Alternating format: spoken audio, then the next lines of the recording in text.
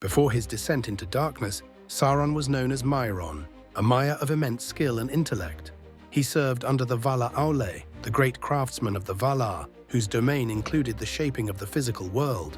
Mairon admired Aulë's ability to create harmony and structure through craft and order. His early motivations were rooted in a desire for perfection and efficiency, believing that through order, the chaos of the world could be tamed. Tolkien writes in the Silmarillion that Mairon loved order and coordination and disliked all confusion and wasteful friction. This initial desire for order and harmony was not inherently evil, but as time went on, Mairon's vision of control began to twist. Mairon began to believe that the best way to achieve absolute order was through domination. This is where his path diverged from Aulë's and became corrupt.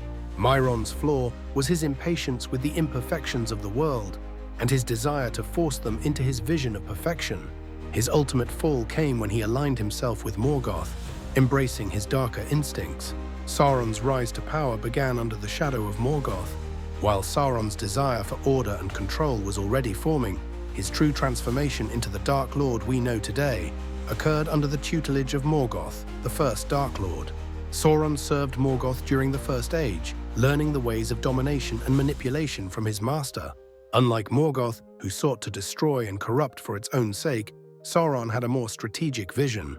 He believed that through control, he could impose lasting order on the world, even if that meant subjugating and enslaving its inhabitants. Morgoth's approach to destruction was chaotic, while Sauron saw himself as a builder, albeit of a twisted, tyrannical empire.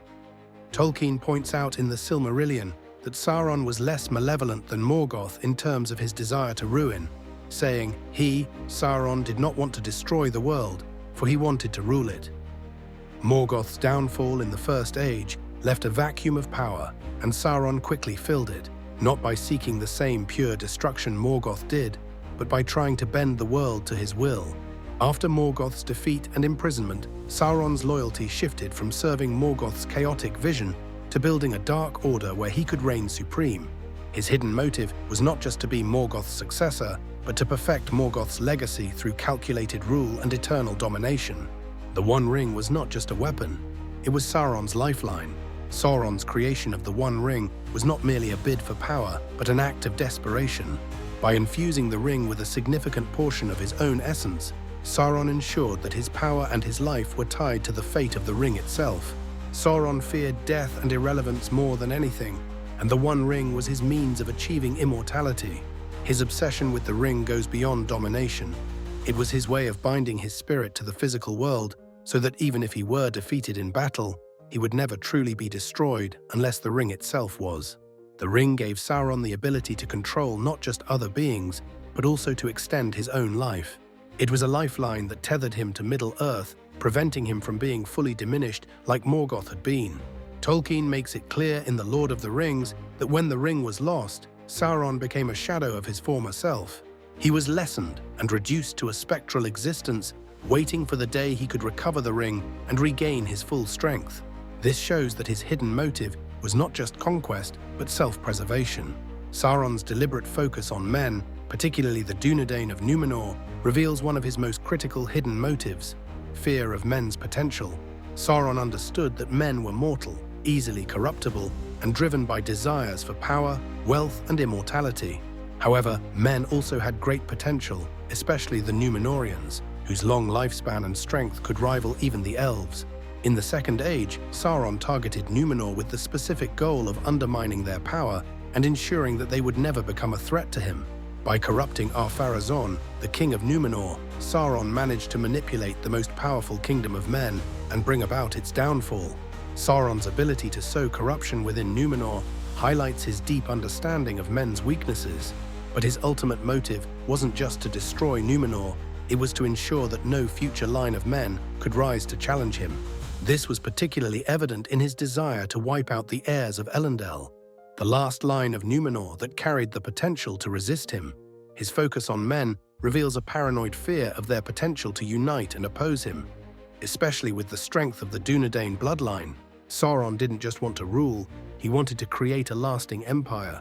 Unlike Morgoth, who sought to unravel the very fabric of the world, Sauron was focused on creating a lasting legacy. His vision was not just of immediate domination, but of an empire that would stand the test of time. The construction of Barad-dûr, his dark tower in Mordor, is a prime example of his desire for permanence. Barad-dûr was not just a fortress, but a symbol of Sauron's power, a beacon of his control over Middle-earth. In The Lord of the Rings, Tolkien describes Barad-dûr as a place where Sauron made a fortress and armory, and a great dungeon that would endure for ages. Sauron's legacy building is further evidenced by his creation of the Ringwraiths, corrupted kings of men who were bound to serve him for eternity.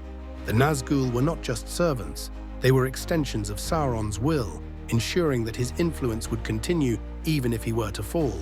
His hidden motive was to reshape the world in his image, leaving behind structures, servants, and systems that would maintain his reign for millennia. Unlike Morgoth, whose chaos had no direction, Sauron's rule was about endurance. He wanted to be remembered and feared, long after his physical form had passed, and he built his empire with that purpose in mind.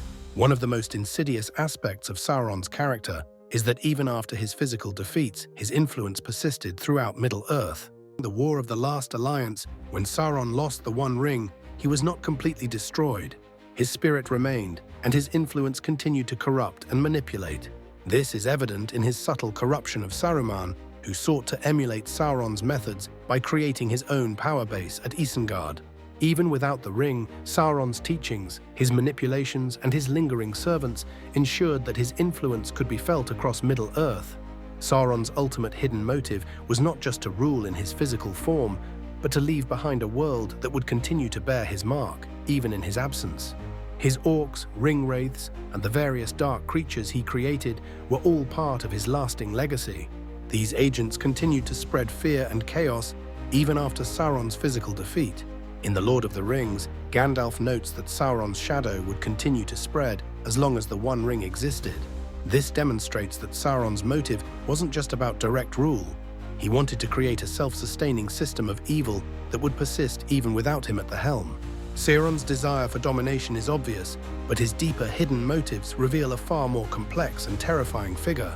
From his early ambitions of creating order to his fear of death and his obsession with leaving behind a legacy, Sauron's character is rooted in far more than simple tyranny.